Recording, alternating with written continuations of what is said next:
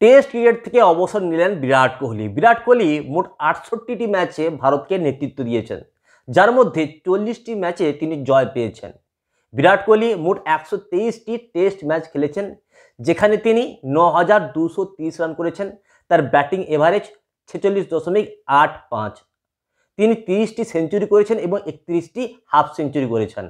তার highest run 254। 14 বছরের ক্যারিয়ারে বিরাট কোহলি মোট 1027টি 4 মেরেছেন এবং 30টি 6 মেরেছেন।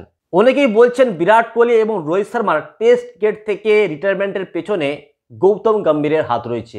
এটা কতটা সত্য বলা খুবই কষ্টকর, কিন্তু কিছুদিন আগে একটা ইন্টারভিউতে এই গৌতম গম্ভীর বলেন যে পারফরমেন্স দিবে সেই টিম ইন্ডিয়ায় থাকবে, কে কখন রিটায়ারমেন্ট নেবে সেটার উপরে আমি কিছু বলবো না, কিন্তু টিম ইন্ডিয়ায় খেলতে গেলে পারফর্ম করতে হবে, এটা তিনি বলেছিলেন।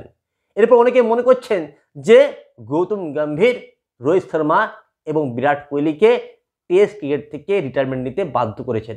এই কথাটা কতটা সত্য কতটা মিথ্যা বলা খুবই কষ্টকর। সমাজ মাধ্যমে বিরাট কোহলি লিখেছেন, 14 বছর আগে প্রথম টেস্ট ক্রিকেটের নীল ব্যাগি টুপি পরেছিলাম। সত্যি বলতে তখন জানতাম না ক্রিকেটের এই ফরম্যাট আমাকে কতটা এগিয়ে নিয়ে যাবে, কল্পনাও করিনি। এই ফরম্যাট আমার পরীক্ষা নিয়েছে, আমাকে তৈরি করেছে, আমাকে শিক্ষা দিয়েছে, সারা জীবন এই শিক্ষা বহন করব।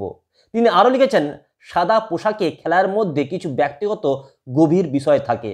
শান্ত পরিবেশ, দীর্ঘ সময় খেলা, ছোট ছোট মুহূর্তগুলো কেউ দেখতে পায় না, তবে এগুলো চিরকাল আমার সঙ্গে থাকবে।